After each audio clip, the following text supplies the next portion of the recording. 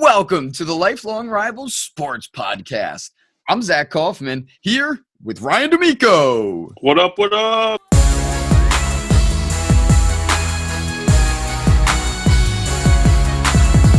We are back.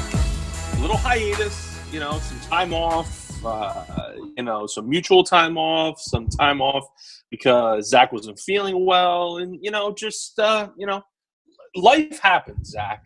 We don't get paid to do this. We don't get paid to do this. So, if something comes up or, things happen, we kind of put it on the back burner, sometimes. So, here we are, though. We are back with another episode. I'm excited to talk about sports again. We're kind of getting into that pretty fun time in sports, Zach. I mean, March Madness is in full swing. I mean, we got the Final Four this weekend. NBA playoffs right around the corner. NHL playoffs right around the corner. I'm a big NHL guy. The Masters is in 2 weeks, which is a big thing for a lot of people. Kind of the unofficial start of summer, people like to say, or spring, I should say. And then opening day in baseball is 2 days away.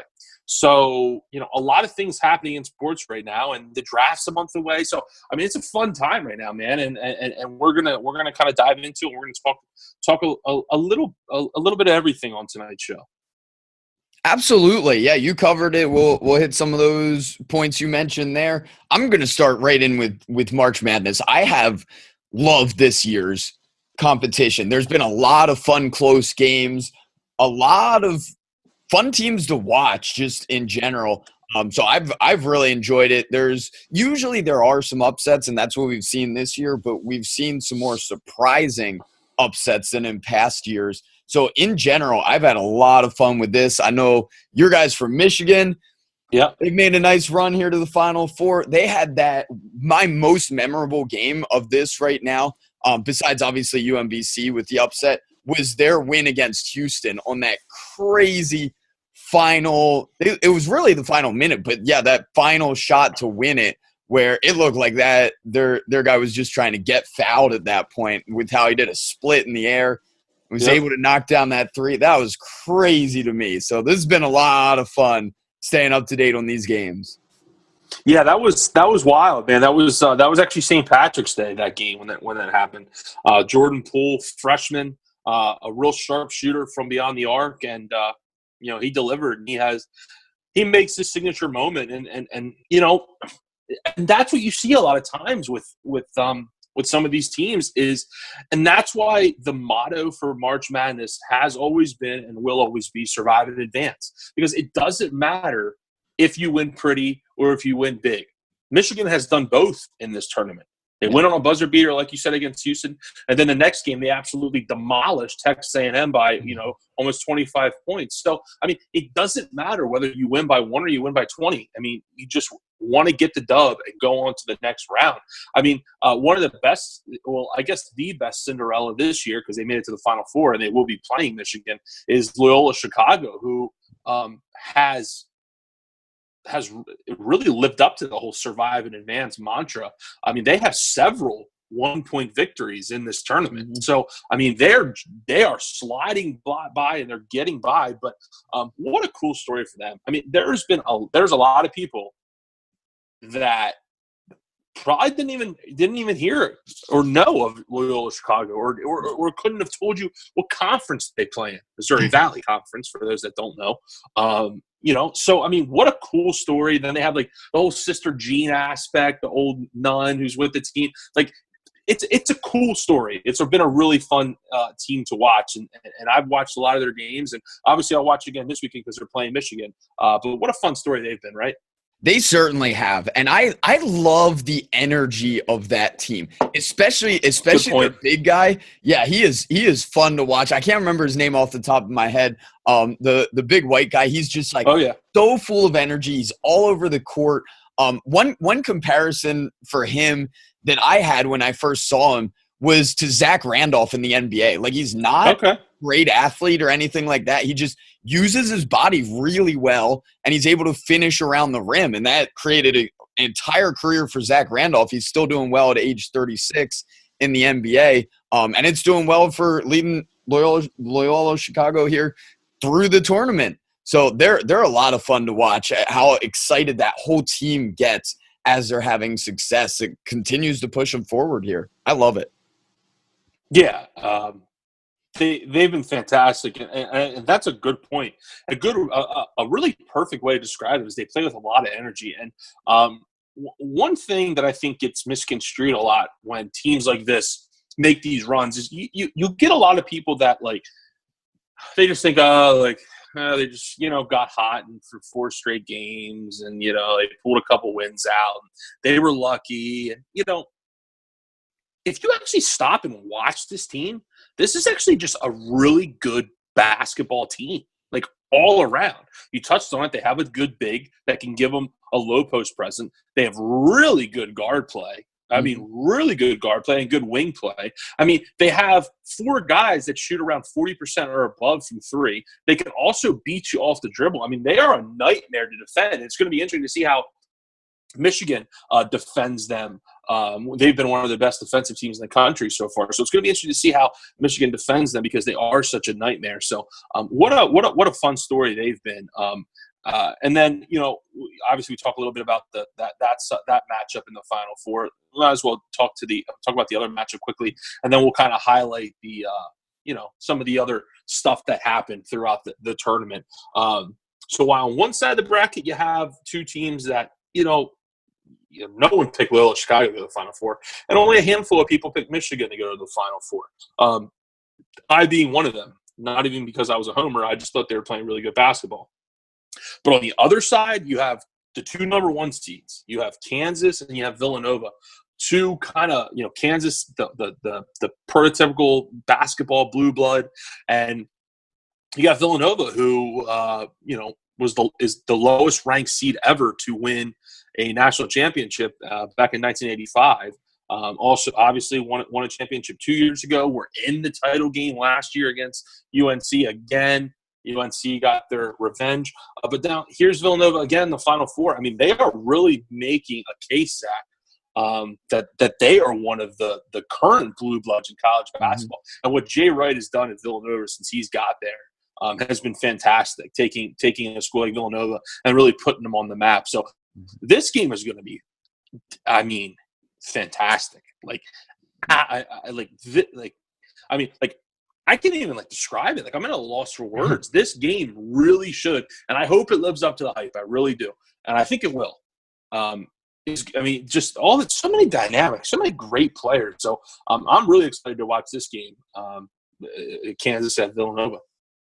I'm excited for it as well. Villanova has really impressed me throughout this tournament, where I watched a lot of other big-time programs that kind of wavered at different points, and I've never felt that way watching these Villanova games. They're so good at when the other team starts to make a run, they're able to make a play, they're able to get a defensive stop, they're able to score on the other end, they even put a couple baskets together, that I've never felt that point with them that they're just falling apart like some of these other teams that you see they give up 2 baskets in a row, 3 baskets in a row, and it just starts a huge slide. So every time I see this Villanova team with a 10-point lead, even 8-point lead, I feel very confident they're going to hang on. They're a very good team. They play good defense. They're an excellent shooting team. I enjoy watching their entire roster there playing. They're a very talented team, and they stand above, for me, any other team that I've watched this entire tournament. Yeah, I would totally agree. I didn't pick Villanova to win my bracket simply for the fact that I knew a lot of other people were going to pick Villanova, so I was basically just trying to be different. But if I did have a gun to my head at the beginning of this tournament and they said, who's going to win, they were my pick. Definitely. I think they're the best team in the country. I think they are still the best team out of this group of 4. And I ultimately think they probably will win the championship. I mean, they've had 2 games back-to-back here where they haven't played their best. I mean, you look back at against Cincinnati when, things got a little difficult. I mean, things did get a little difficult for Villanova. we're down, we're kind of scratching and clawing, and ultimately, make a run and get back into it. And then you have the Texas Tech game in the Elite Eight on Sunday when, Texas Tech would not go away. Villanova's three-point shooting was, just terrible for their standards. This is a Villanova team who usually shoots really good from the three-point line. They shot 17%. They were 4 of 24 from three and still won by double digits. That's staggering to me. That is absolutely staggering. Jalen Brunson is probably the player of the year. He's a special talent at the point guard position. So really fun team to watch in Villanova. And then Kansas, they played a great game against Duke. That was an all-timer, an overtime thriller. Yeah. And Kansas, I thought, was a team that I actually picked Kansas to go. I actually picked this side of the bracket correctly. Kansas against Villanova. I thought Kansas was a team that not a lot of people were maybe giving enough credit to. It was kind of quote unquote not a down year for Kansas. They were a 1 seed. It's hard to be a down year when you're, but it just didn't have that prototypical Kansas feel where it's they were so dominant. Maybe it's because the Big 12 was, there was a little bit more competition, but this should be a good game for sure. Looking back, Zach, at some of the, bigger upsets and marquee matchups from this tournament, obviously we'll start with the UMBC upset of Virginia. And not only was it an upset, dude, they fucking smacked Virginia in the face. And then Virginia stood back up and they smacked them in the face again. It was it was crazy. They could not miss. It was wild. But it wasn't like some other upsets we've seen where they just got really hot or they hit a whole bunch of 3-point. They were just anything they wanted against UVA's incredible defense. UVA held multiple teams to the 30s or even less. They held Pitt under 30 this year. And that defense has torched people. And UMBC, they were getting layups, especially the entire second half. It felt like they were just passing the ball well, getting guys open, handling the ball well. And it was just constant layups and dunks and layups and dunks. Getting past that defense, I was impressed with that. Absolutely. And the Virginia's body language in that second half. True.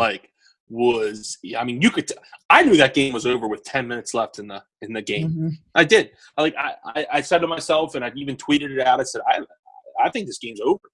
And it just had that feel.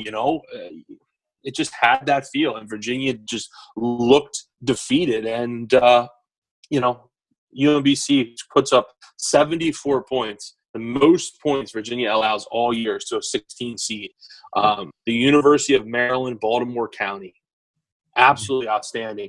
That obviously was the biggest upset so far of the tournament. We talked about Loyola-Chicago, the kind of run they went on. A buzzer beater in the first round. They win by 2. They win their next 2 games then by a point. Just absolutely fantastic. Kind of what Loyola-Chicago has done. And then another team that they just bowed out in the Elite Eight to Michigan, but another team that kind of went on a nice little run, Zach, was Florida State. Florida State, who they come out, they're a 9 seed. They beat the 8 seed in their first matchup in Missouri relatively easily. And then they face the number 1 seed in their bracket, in their region, the West region, in Xavier, and win by 5 and really started to open some eyes to people. And then people think, well, they have an upset there, blah, blah, blah. And then they go out and they pound Gonzaga, the 4 seed. They win by 15. Ultimately, they lose to Michigan then in the Elite Eight, but we're in that game most of the game as well. So, Florida State with a really nice run. Did you get a chance to watch any of Florida State and watch any of either the game against Xavier or Gonzaga at all, Zach? Both of those games I was kind of in and out, so I didn't feel like I got to watch them real consistently.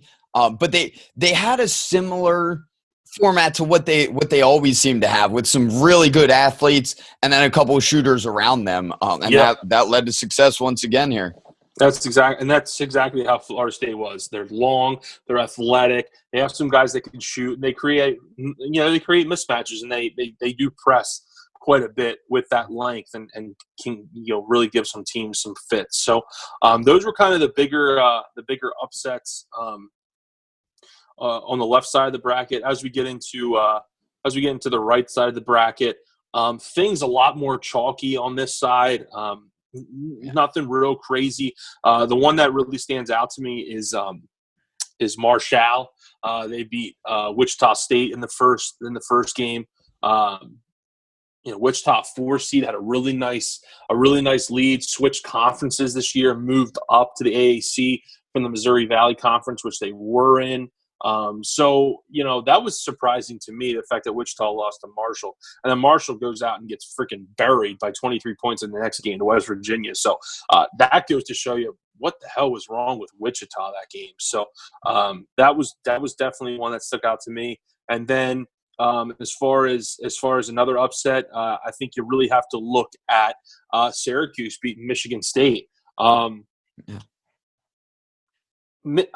said for the majority of this year, and one of my good friends, Jeff, who Jeff Nadeau, he's a big college basketball guy. Him and I have been on the same wavelength all year that we thought Michigan State was overrated. We thought they were overhyped, and you saw that. I mean, they lose to just not a very good Syracuse team. I mean, really. I mean, they were an 11 seed. I mean, not one of Boeheim's greater teams, and they only put up 53 points. So, really, just a pathetic effort, and just, I mean, not be able to get out of the first weekend. That's a huge disappointment for Michigan State, where people were saying in the beginning of the year, and Tom Izzo was saying that this was the best Michigan State team ever, and they don't get out of the first weekend. Yeah, I picked them to go far, but it was more so based on the teams that they were going to play. I thought they would be the team to beat Duke. I felt like every time I watched Duke throughout this year, they were just they just never stood out to me. They were always fine, but they played close games against teams that weren't that good. They weren't very good finishing towards the end of games. They made a lot of mistakes. So I was more against what Duke brought there, and thought Michigan State would get past them. Clearly not. I was wrong on that. Although I did feel pretty correct about Duke, even though they got around farther than I thought they would. But yeah, I agree with you. Michigan State was definitely disappointing. I didn't see that coming into the tournament, but that's what they definitely showed during it. Yeah, absolutely. So, as things stand, Zach, like we said, Loyola-Chicago, Michigan, and Villanova, Kansas in the Final Four. Dare to give a prediction here for both these games and the championship?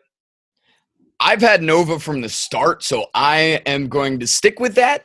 I know around here in Virginia, a lot of people were going UVA, so I kind of went away from that, went with a homer pick since we grew up there and just outside of Philly. Went with Villanova. They've been the most impressive, like I mentioned earlier, throughout the tournament so far. So I'm sticking with them. I think Michigan is going to end Loyola-Chicago's run here. I do expect it to be a pretty close game, though, and I think Villanova takes the championship.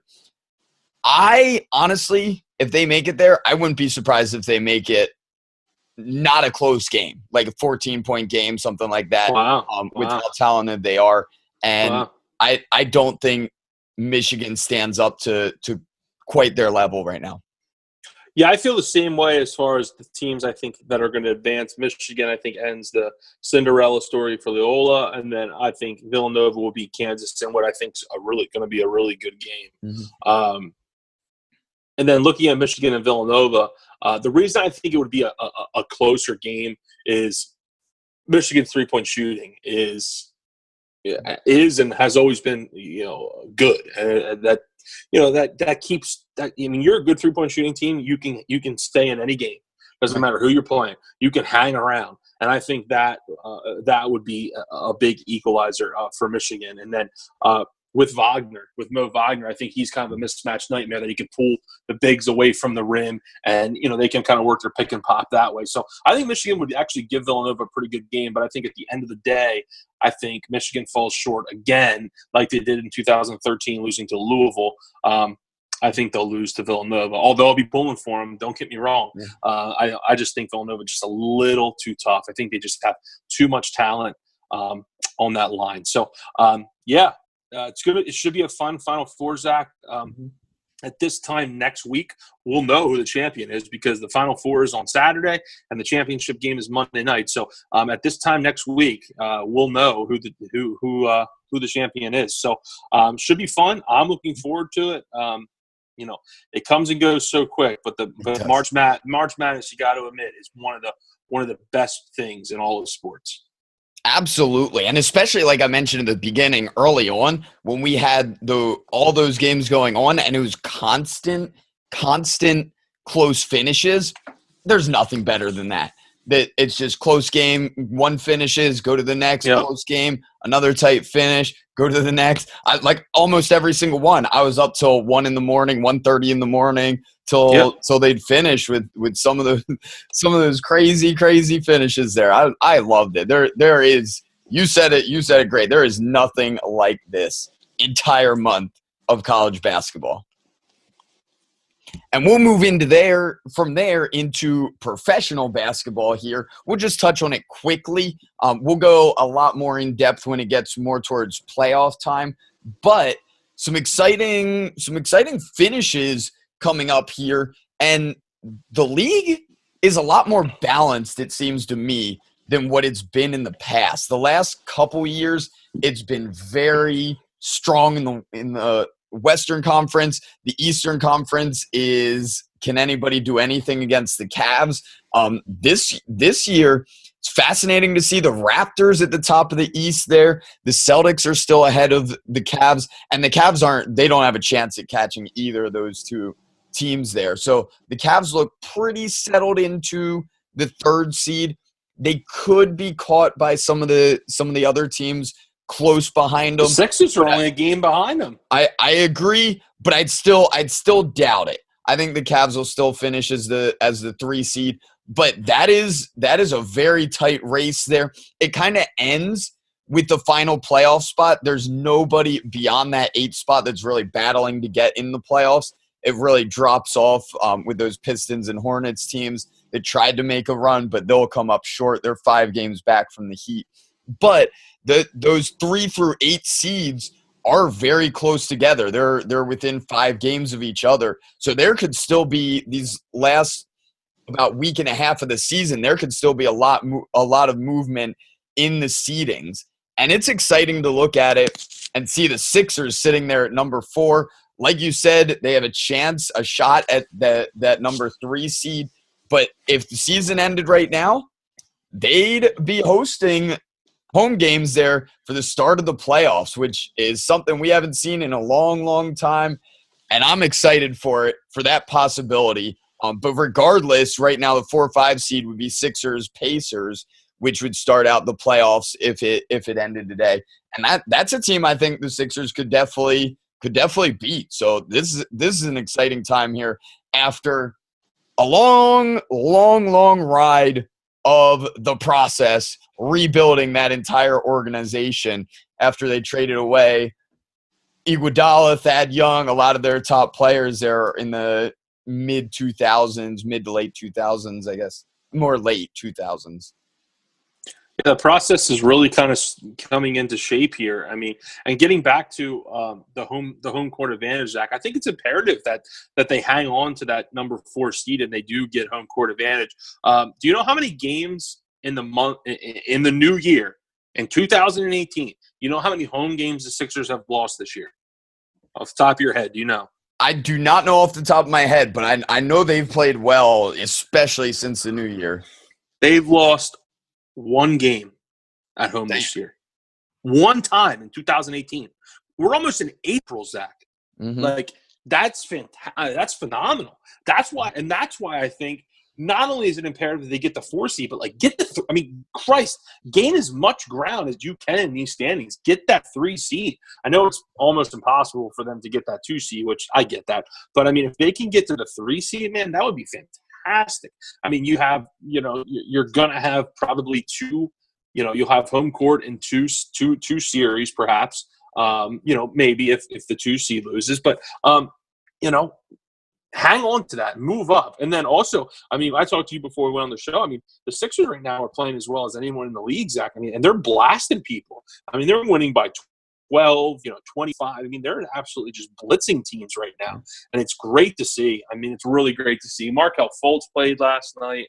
I mean, he played 14 minutes, almost had a triple-double. I mean, what's going on with the Sixers right now? And what's not only the Sixers, but the city of Philadelphia. It's really exciting with sports in Philadelphia right now. And the Sixers, I mean, they're really adding to it. I mean, I don't know if you got a chance to watch any of that game last night, but, like, that building was electric. Like, that building was really electric. And the Philly fans were doing the Viking skull chant, skull, but they were doing it to Fultz. They were saying Fultz instead of skull. So I mean, it's fun. That building was electric. So the Sixers, it's nice to see them being back in the playoffs, and I'm sure they'll be there for years to come. So I mean, what's their limit this year? You think you think they can only win one series, or you think they can squeak in two series? I think at this stage, with being a young team, a lot of them have never even been in the playoffs in their NBA careers. So right. I put their limits at winning one series, probably winning 2 games in the next series.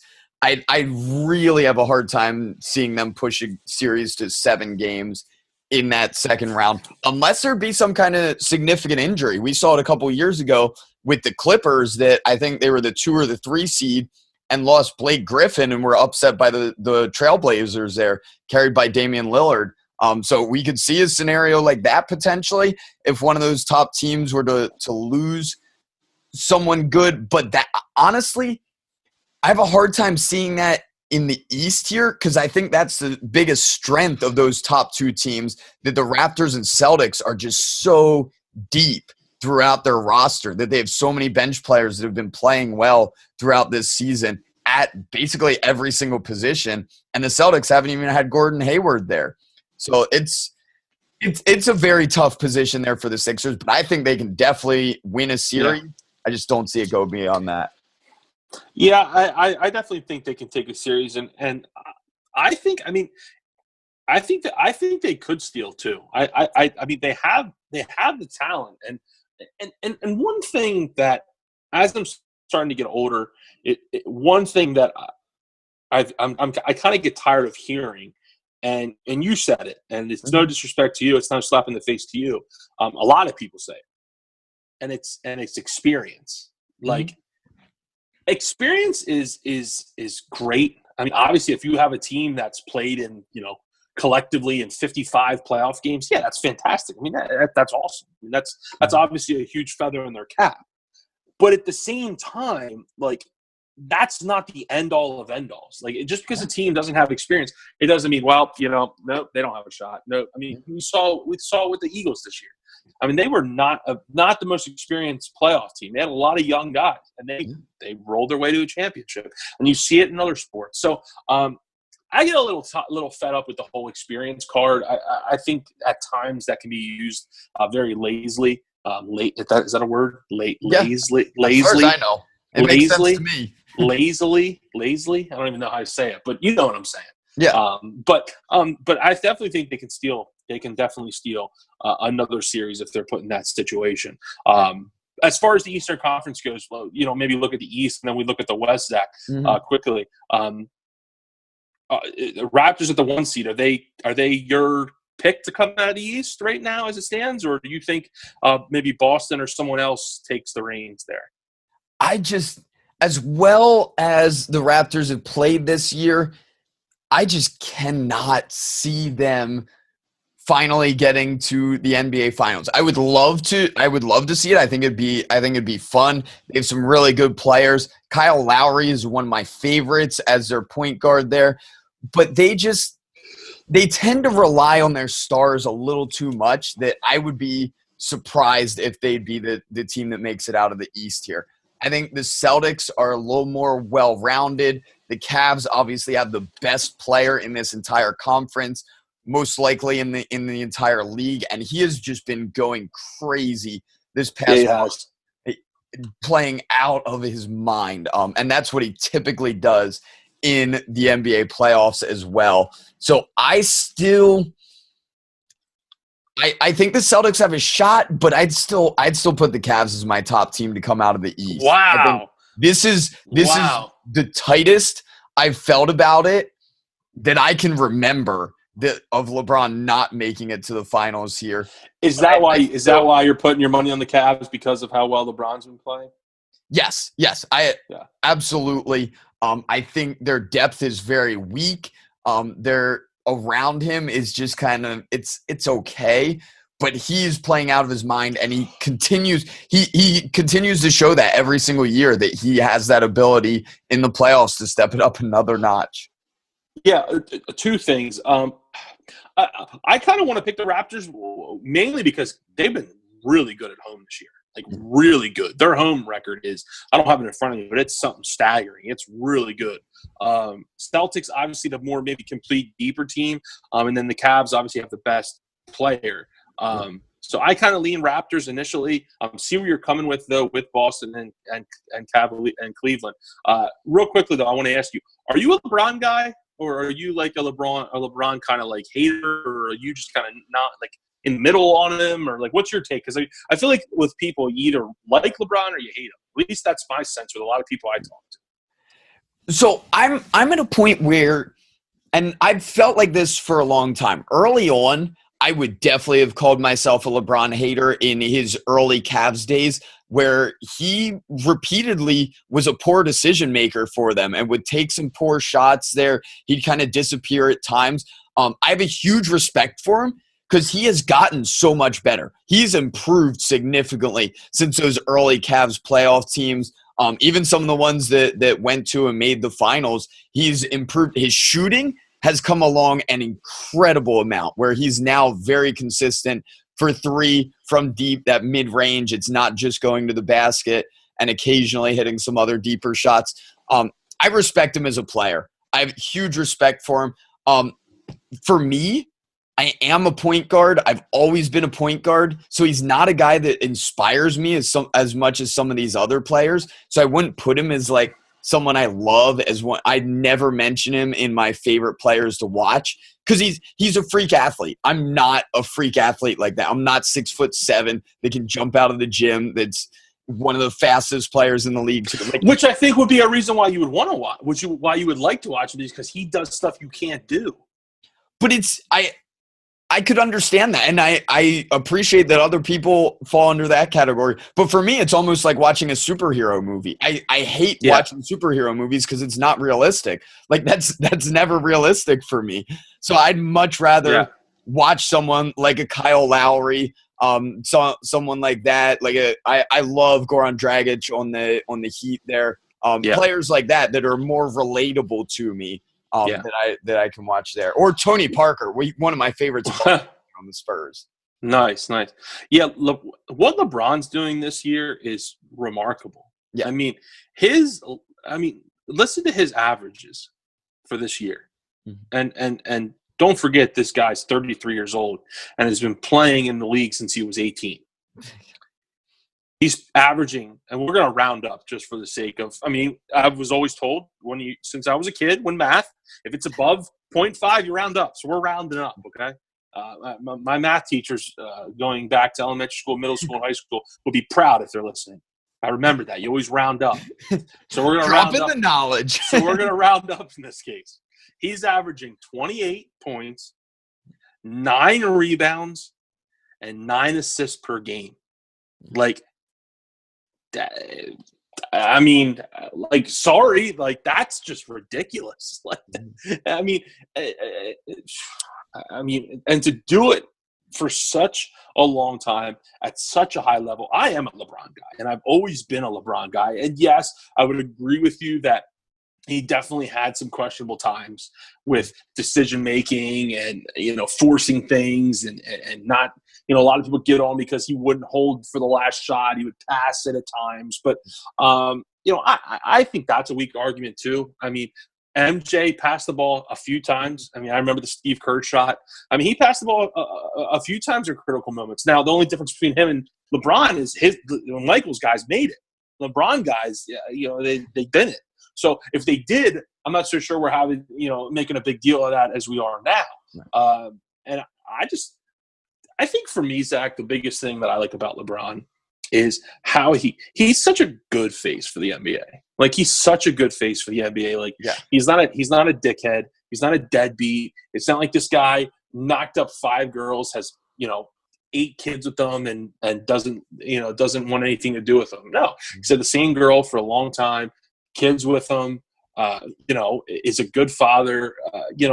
He doesn't get in trouble. I mean, he's just a good dude, and he's a good face for the league. So I like LeBron, and I think, Zach, we get into this. I think as people and as a society, we get kind of blinded by hatred with whatever the case may be. You see it in the NFL with Tom Brady. You see it in the NBA with LeBron James. Yet people need to step back and realize these are 2 of the greatest athletes to ever play. And we have the privilege of watching them. And I think that's the big thing people need to realize. So, I really like LeBron. So, always have, always will. And I think he's kind of on a mission this year. So I would not be surprised. To get back to your initial thought, I would not be surprised if he does carry them to the finals. Yeah, and he is fantastic to watch. There is very little that's better than playoff LeBron. Like, I specifically remember, I think it was his first year with the Heat, but I know they were in the playoffs. They were struggling a little bit. They were playing against the Bulls. I don't remember if it was like game 2, game 3. It was early in the series. But he just, in a close game, he just took over. And he got a steal, took it down for a dunk. He made some other plays on defense that led to baskets. That he just won them that game by himself. And those are the moments that really stick with me, and I absolutely love. So I'm the same way as you. I can't understand people that hate him just because he's good. One thing I do hate is the constant comparisons to Michael Jordan. I think he's a unique player. I hate that comparing back and forth. They're both fantastic players. Unfortunately for me, I was a little too young to really witness Michael Jordan there. I saw him kind of later in his career a little bit. Especially his time with the Wizards was the most memorable to me because I was in like middle school or whatever it was. But it just – you can't compare. Like, they're both incredible players, and I hate that when people are judging, like, oh, he didn't do this as well as Michael. Like, he didn't. It doesn't matter. He's one of the best players of all time. He is fucking incredible. Yep. Give the man his respect, whether you like him or not. He is an incredible player, and like you said, an incredible role model as well. Off the court, on the court, interacting with other people, just a fantastic human in general. Huge respect to you, LeBron James. Absolutely. I'm sure he's listening. So. No, that's great. As far as the Western Conference, Zach, quickly, is it so it's so top heavy, it's ridiculous. Yeah. The Rockets and Warriors are so far ahead of everyone else. The 3C, which is the Trailblazers, they're 14.5 games behind the Rockets. Mm-hmm. They're 11.5 games or 11 games behind the 2C Warriors. I mean, is it a foregone conclusion, Zach, that we're going to see these 2 teams in the Western Conference Finals? If so, who do you like? That's what I'd expect with those 2. The biggest problem right now is with Golden State's health.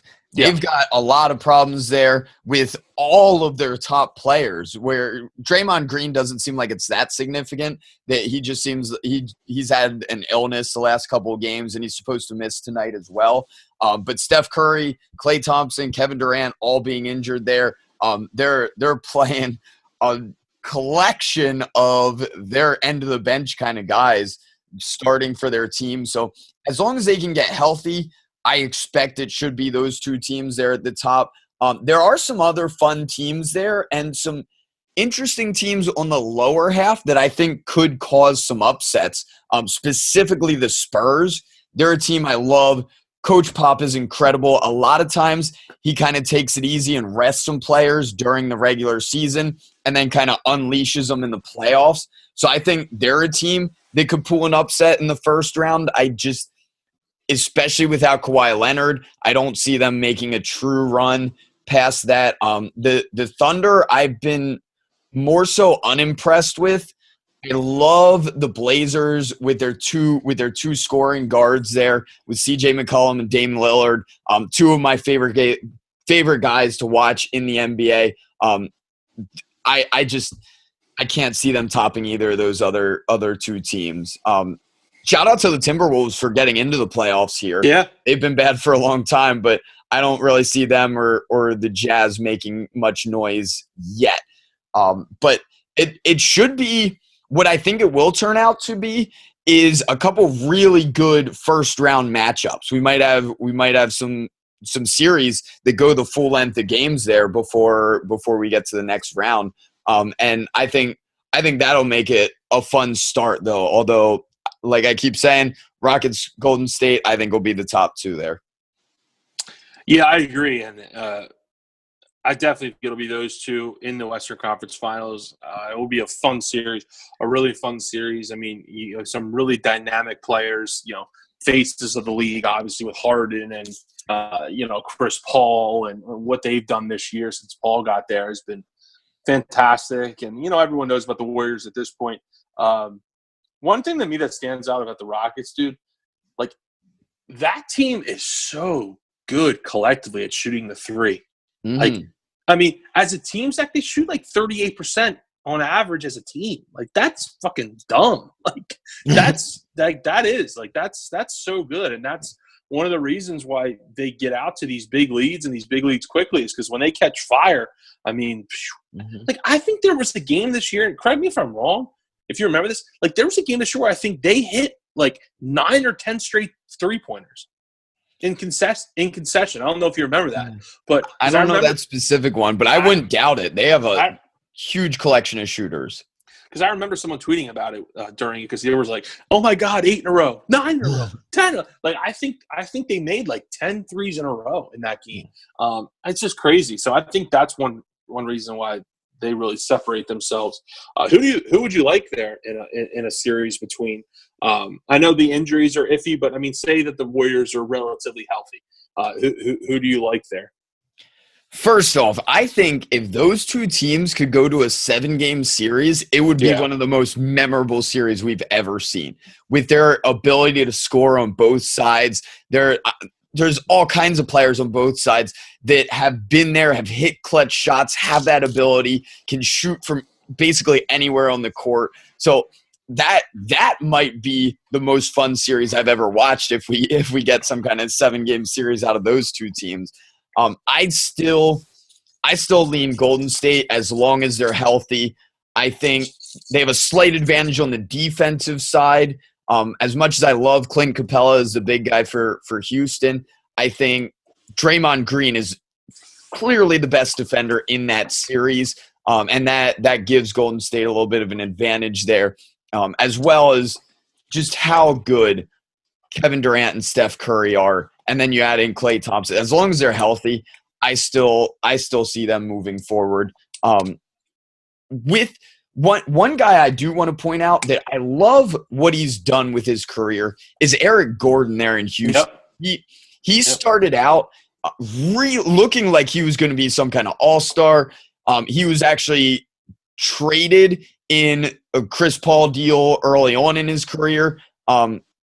For Chris Paul, just had a whole bunch of injuries, and now he's kind of found his spot there as that extra shooter there on the Rockets. He's done it off the bench. He's done it in the starting lineup. The dude can shoot. The dude can score. He is in his perfect scenario position there on that Rockets team. He's been a lot of fun throughout this season. Yeah, that would be a really fun series. I'm not the biggest NBA guy as far as like regular season goes. Yes, I watch the Sixers. Yes, I keep up with the Sixers, but I don't watch the random Tuesday, Thursday night games with the Thunder versus the Grizzlies. I don't tune into those games. It's just not me. But NBA basketball, I do like to check out. It's a way better product than the regular season, especially as you get later, especially get towards the Eastern and Western Conference Finals, and then of course the finals. That series would be fantastic, and I think it would definitely go 6 or 7. I, in turn, Zach, would lean Golden State just for the more firepower that they possess, and if they can get healthy at that point, which I think ultimately they will be. Yeah, the NBA playoffs, just because how it's set up, it ends up not having quite the entertainment quality of a March Madness, because we get those first round series of a 1 versus 8, a 2 versus 7 that are rarely a good series, usually over very, very quickly in 4 or 5 games. And then from there, we often will have maybe 2, maybe 3 close series in that first round. And then from there, we move to some slightly better series. And then finally, maybe a long series in that second round. But then when we get to the conference finals, typically that's when we really start having some incredible matchups there and then into the finals. So I'll definitely be looking forward to it throughout this series or throughout the playoffs here. I typically stay tuned in from the beginning through the end. I like to see all the teams that have made it there, see how they play, see what some of the up-and-coming players are too, with some of these teams that are new to the playoffs, like the Timberwolves we mentioned, the Bucks, a team like the Pacers that traded their best player and now they're possibly a top 4 team, kind of battling it out at that position. So it's always fun to see the teams that make it and what might come for them, or if it's just going to be a one-time thing and they're back down to be a basement team like the Knicks have done in the past with a 1-year run and back to garbage. Yeah, exactly. So, I mean, it definitely should be interesting and entertaining. Hopefully everything kind of pans out the way that, us fans hope it does, that, we do get the entertainment and there's good matchups that we expect. So only about 7 or 8 games left until the playoffs, and we'll be off and running. There we go. We covered a lot of basketball here today. We'll go from that into our main core topic of tonight. Thought it'd be a little fun topic to get into here. And we're going to be discussing sports betting. This is something I wanted to do a podcast on here because I know when I was in college, tried it out myself. It did not go well for me. So I know you were doing that sports betting podcast with our friend Jeff Nadeau at one point. I talked to you about it. I asked you some questions. You had way better insights. I know I should have listened to you from the start. But we'll get some of your insights here. First, I'll get into how I started out in college. One of the things I did, because I was just kind of always had that hustler mentality to try and make some extra money. And I started out flipping textbooks. I'd buy them on eBay. I'd sell them on Amazon. I started making a little bit of money. And I was like, you know what I know lots of and can make lots of money on? Sports. Specifically, at that time, it was football. I was like, I know all about football. So deposited some money. I don't think it was that much, maybe like $100, $150. And it went quick, my friend. I went through the first couple weeks and just picked all the games I thought would be winners. And I basically tried dabbling in everything. I tried point spreads. I tried some of the individual like player accomplishments there. I tried some of the in-game stuff where I was like betting on an interception to happen on this play. That money went super quick, even though I thought I was so knowledgeable. And it was just the way I set it up. Even when I had good picks, all the bad ones outweighed that, and I lost all the money I would have won anyway. So that was a disaster. I kind of got out of it for a little bit, and then you kind of settled me into how my mentality should be. So I'm a little bit better at this point. I don't do it very often, but I do it more for fun, casually, throwing some bets around and see what happens there.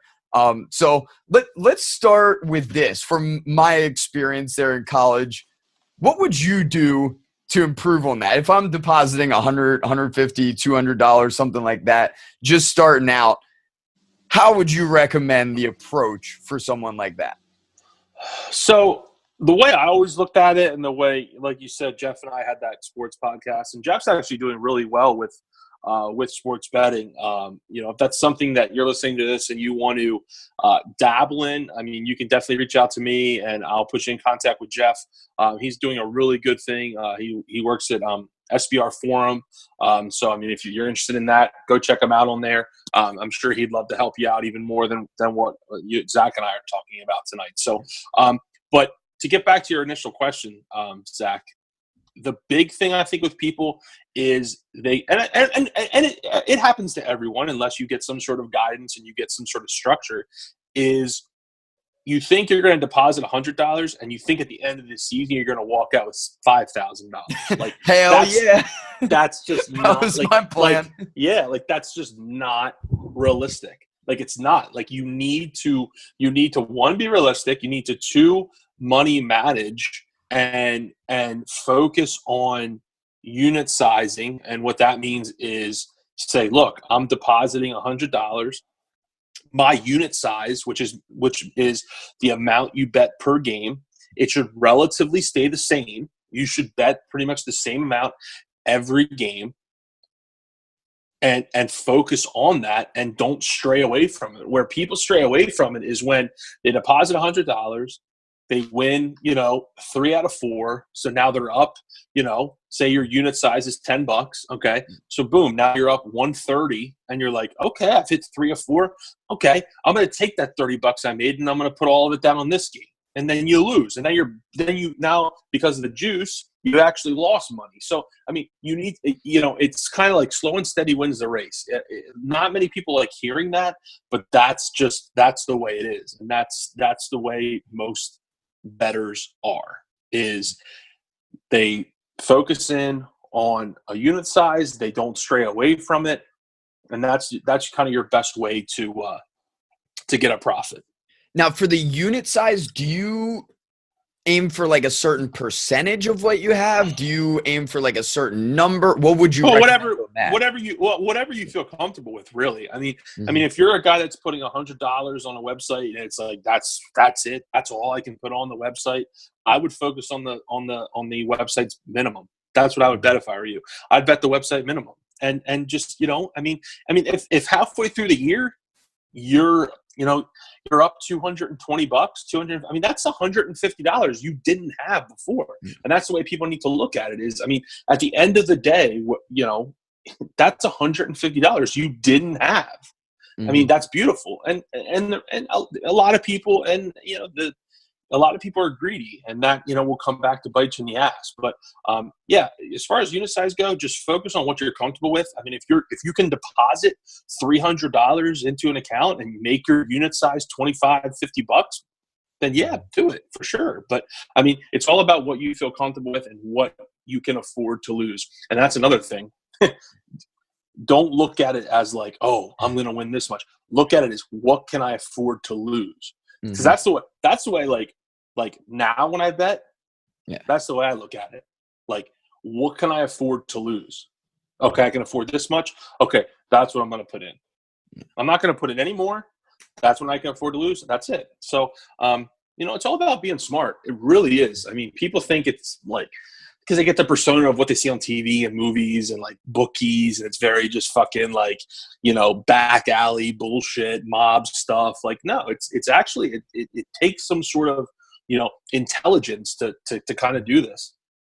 Yeah, that definitely makes sense. And that's something I know I was not good at, keeping a consistent unit size. Like you said, I fell into exactly what you were talking about, where I'd bet whatever it was, like $5, $10. Once I'd win 2 or 3, then I was like, I'm gonna put all my winnings on one, and then it went downhill from there for sure.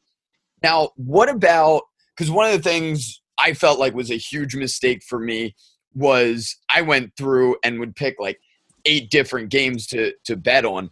Would you have like a more clear, because I felt like I was kind of all over the place. I didn't feel as confident with some of those, but I just kind of wanted to bet and see what would work. Do you have any suggestions for alternatives to that?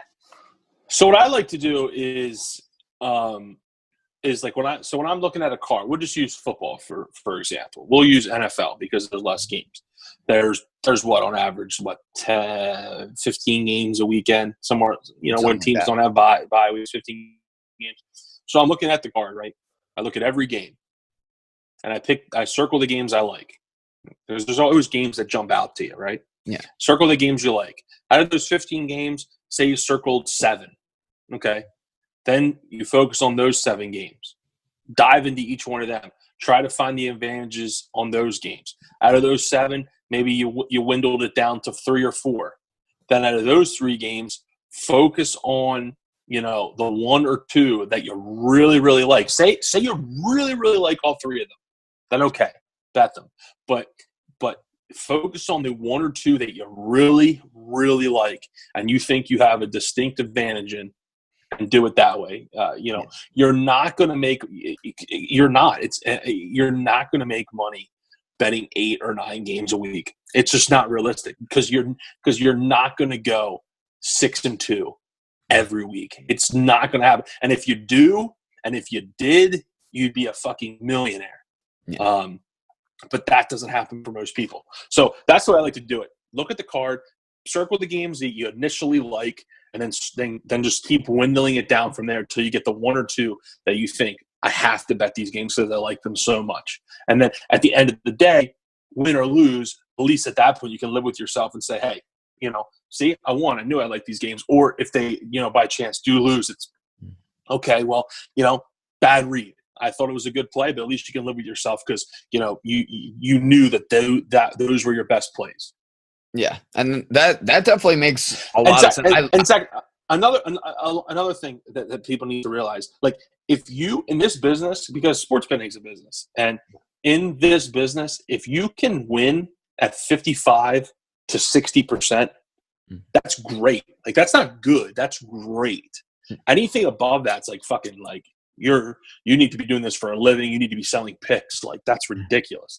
55 to 60% is very good. That's all you're looking to win. You're not looking to win 70, 80, 85% of your games that you bet. You're looking to win 55 to 60%. That way you're making money. That's a really good point there because that's something I had no idea of. Like I would have never thought of that or realized it. I really liked your point about looking for where you have a distinct advantage. I know that's something I never specifically did that at all. Like I said, I was just kind of picking some different things that sounded good. Tried to get fancy too with some of the parlays and stuff like that. Right. That also didn't work out there at all from that point. But that's one thing I actually like better, since I know that's one of the things I transitioned to, of being more selective on what I choose. Like right now, my only current bet out is at the beginning of the season, I picked Ben Simmons to be the NBA Rookie of the Year. So right. That's something that has a good chance of coming through here. But yeah, I've been very slow. Like every now and then something will stand out to me, and I'll put some money on it. But for the most part, I've kind of stayed away from it since that early point when I went all in real quick and lost a lot of money. Yeah, and don't dabble with parlays and teasers and all that kind of stuff. It's hard enough to win one bet. Mm-hmm. Don't throw your money away with parlays and teasers and round robins and reverses and all this fucking shit. Just bet. Take one game, one matchup, and focus on that. Don't go crazy. If you're just starting out, it's all about baby steps and getting your feet wet. And that's kind of what it's all about. You're going to have your ups and your downs. That's one thing about sports betting too, is you're going to have your ups and your downs. Yeah, one thing I did like about it, that even when I lost money, I felt like it was a positive. Two different things. First off, I felt like I learned a lot about specifically just the whole system of how the money is made, of how they set up the odds there. It's a brilliant system there. How the house wins no matter what the outcome is. So that was very fascinating to me. and learning the meaning of a lot of the different things with the point spreads, the minus and plus, like what those things meant. I was completely lost as to that going into it. And also it really put me in a mindset of looking for trends instead of looking for what happened. That I think a lot more now about home versus away, or how this player plays against this certain type of defense, whatever it is, Right. how a team does against a certain type of offense, things like that, that can be more trends that are repeatable. That's something that really stood out to me from my time doing that. Yeah, I mean, trends are very popular. Trends is a very popular word amongst sports bettors, because they a lot of people look at trends and do kind of use those to kind of swing which way they're going to bet one way or the other. And, you got to be careful with trends, though, because, I mean, you'll see trends online. Like if you go to like scoresandodds.com is a very popular website. Like if you go on there and you see trends where, the Eagles are, have won 4 of their last 5 in Cincinnati. Mm-hmm. Okay, well, the Eagles and Bengals only play once every 4 years. Right. They only play in Cincinnati once every 8 years. So those 4 games were spanned over 32 years. I mean, what the fucking Eagles did 32 years ago has no bearing on what they're going to do on Sunday. So you also have to look at it that way. And, some people don't. So you do have to kind of monitor the trends, but trends are a big part of it. And my biggest takeaway, and especially like I haven't bet in a while, just kind of stepped away from it for a little bit. Probably will get back into it at some point, but just kind of where I'm at right now, just not currently doing it. But since I've like stepped back and I have friends that bet and follow people on Twitter that bet, but how sharp the lines are on a nightly basis is ridiculous. And what I mean by that is how accurate they are. Like sharp is a term used in betting that just means like